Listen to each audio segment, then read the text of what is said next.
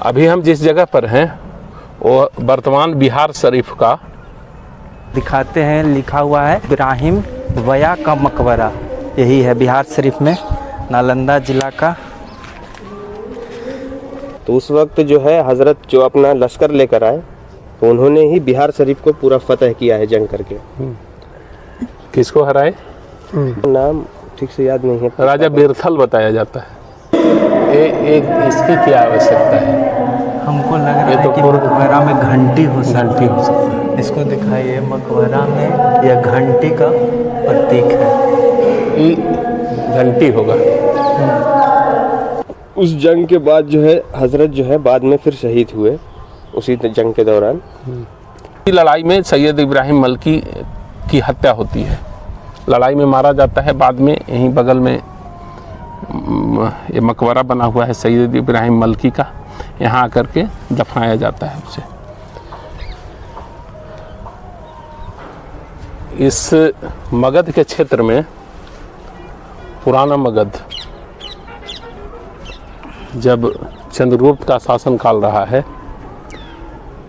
बाद में हर्षवर्धन के शासन काल यहाँ रहा, हर्षवर्धन की सत्ता रही यहाँ। हर्षवर्धन के बाद कोई मजबूत शासक इस क्षेत्र में रहे नहीं। मैदानी इलाके में सत्ता पाल वंश के अधीन था और पहाड़ी क्षेत्रों के राजा, चाहे तो आज के समय में उसको कहा जाए चेरो, रजवार, खरवार, इस समाज के कोल, इस समाज के लोग हुआ करते थे। अभी हम जिस जगह पर हैं वो वर्तमान बिहार शरीफ का एक पहाड़ी है और पहाड़ी पर पुराना, ये पीछे देखिए पहाड़ी पर बना हुआ किला है। ये इस किला का शासक कोल जाति, जिसे आज के समय में खरवार कहा जाता है, उसको खरवार हम लोग कह सकते हैं। खरवार जाति के राजा का शासन था यहाँ। राजा बिरथल यहाँ सत्ता में थे 14वीं सदी में। हम लोगों को जानकारी होना चाहिए कि 1190-92 में यहाँ खिलजी का आक्रमण हुआ है। छोटे छोटे जितने भी राज थे मैदानी क्षेत्र में वो बर्बाद कर दिए गए और बहुतेरे हिंदू, बौद्ध ऐसे लोगों को मुसलमान बना दिया गया। 14वीं सदी में यहाँ का मुसलमान ग्रुप, एक जो मोहम्मद शाह तुगलक जो दिल्ली का शासक था, उसके पास यहाँ का एक मुस्लिम जमात जाता है और कहता है कि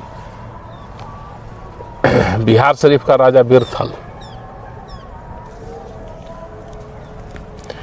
बिरथल काफिर है और एक अताताई शासक है। तय है, सनातनी हिंदू था तो काफिर तो होगा ही इस्लाम के नज़र में।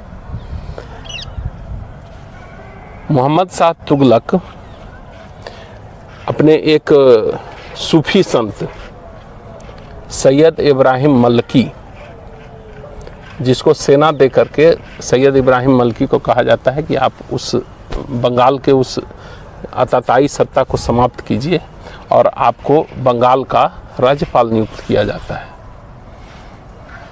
आप जाकर के वहाँ के सत्ता को संभालिए। सैयद इब्राहिम मलकी का यहाँ आक्रमण होता है। उस समय तक इस बिहार शरीफ का नाम ओदंतपुरी था।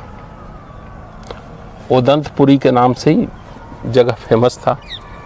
सैयद इब्राहिम मलकी यहाँ आक्रमण करता है और राजा बिरथल को मारता है और इस किला को कब्जा करता है और यहाँ सैयद इब्राहिम मलकी का शासन हो जाता है। इस मगध के इलाके में एक जाति मुसलमानों में पाया जाता है मल्लिक। संख्या कम है, 2 लाख से नीचे, 1.5-2 लाख के बीच में संख्या है। ये नया जो सेंसेक्स आया है जाति का, उसमें हम बता रहे हैं।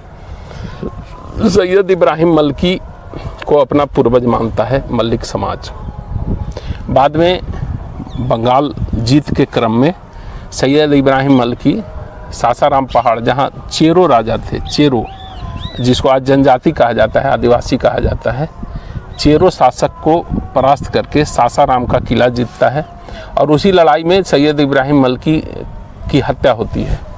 लड़ाई में मारा जाता है, बाद में यहीं बगल में ये मकबरा बना हुआ है सैयद इब्राहिम मलकी का, यहाँ आकर के दफनाया जाता है उसे।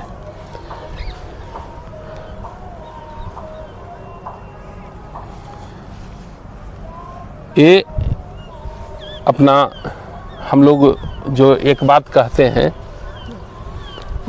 वामपंथी नैरेटिव पैदा किया गया है इसको, ब्राह्मणवाद, फलनावाद, ये बात। आज यहाँ का इतिहास देखने का चीज़ है। ये आदिवासियों का राज था। आज हम कर्नल जेम्स टॉड का जाति अध्ययन अगर पढ़ेंगे तो उसने 1100 उन जातियों को क्षत्रिय उसने भी माना है जो आज के समय में दलित और अति मतलब SC ST उसको कहा जाए, उन जातियों को क्षत्रिय माना है कर्नल जेम्स टॉड ने भी।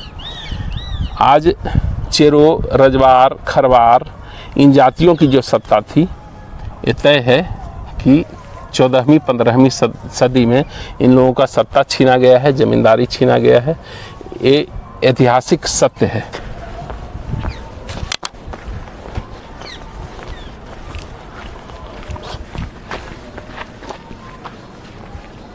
दिखाते हैं, लिखा हुआ है मलकी इब्राहिम वया का मकबरा।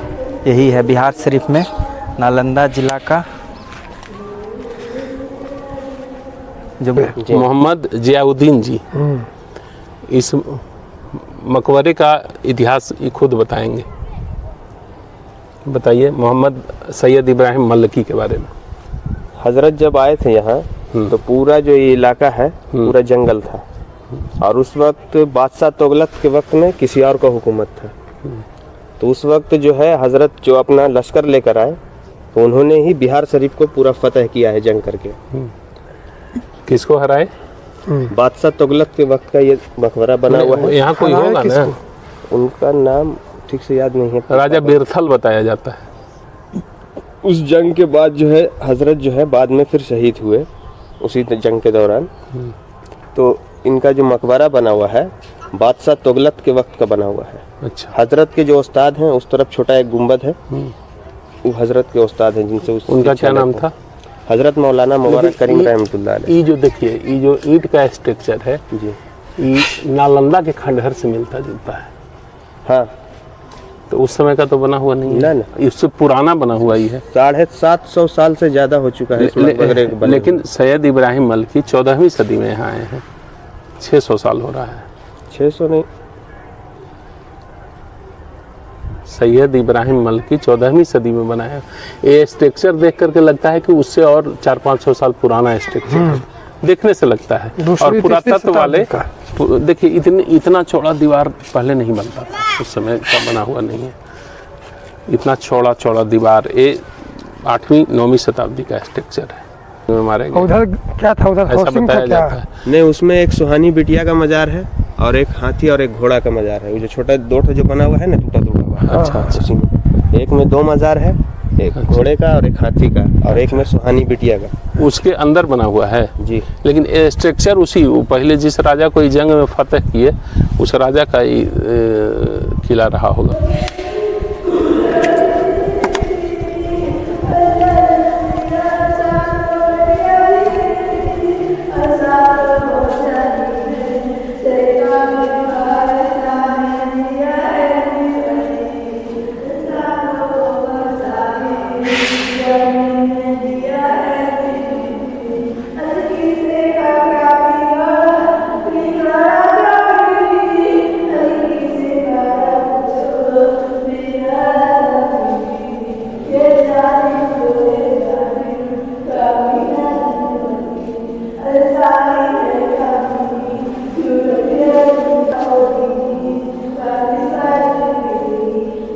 ये पुरातत्व सर्वेक्षण विभाग का ही बोर्ड लगा हुआ है,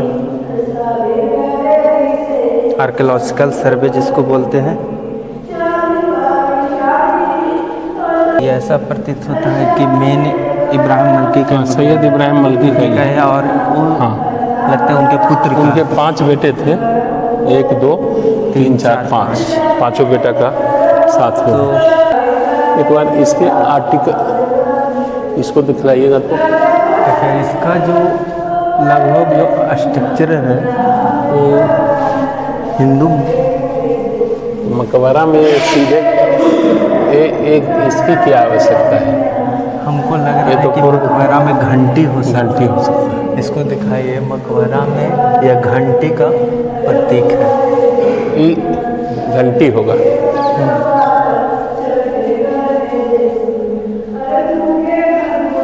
आइए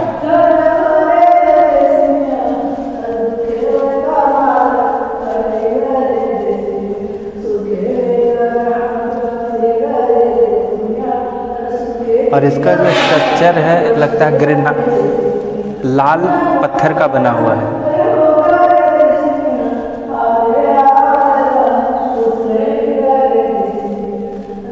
नहीं, ग्रेनाइट नहीं है, ग्रेनाइट नहीं है, पुराना ये स्ट्रक्चर रेड है। स्टोन है। नहीं, स्टोन नहीं है ये। ये तो कलर किया हुआ है, ऊपर फ्लासिंग है। ये ईंट पुराना लखौरी ईंट का बना हुआ है। जैसे टाली ईंट बोला जाता है बाहर से। बाद में उस समय यहाँ का जितना भी संरचना है ना उसी तरह के ईंट का है। जो नालंदा जैसे आप में नालंदा तिल्हाड़ा देखिए, मिलता है। तिल्हाड़ा भी देखिए, वही संरचना है। देखिए ऐसा इतिहासकार ऐसा लिखे हैं कि जो सूफी संत होते हैं वह पोलराइज करते हैं, मतलब अपने धर्म को या समाज को अच्छी दिशा में ले जाते हैं। ऐसे हम लोगों ने पढ़े हैं। ये एक सशस्त्र आक्रमणकारी है। देखिए ये अभी जहाँ हम खड़ा हैं ये तो सूफी संत के नेतृत्व में हमला हुआ है। हर जगह ऐसा नहीं है, इस्लाम में कोई सूफीज्म नहीं है। वो जो है वो काफिरों को मारना इस्लाम का परम कर्तव्य है, अल्लाह का आदेश है। उस अल्लाह के आदेश को सूफी भी पालन करते थे। सामान्य मुसलमान, हर इस्लाम मानने वाले को मतलब इस्लाम में कह सकते कि मतलब कूटनीति के तहत सत्ता को पाने के लिए हाँ बिल्कुल, काफिर को बिल्कुल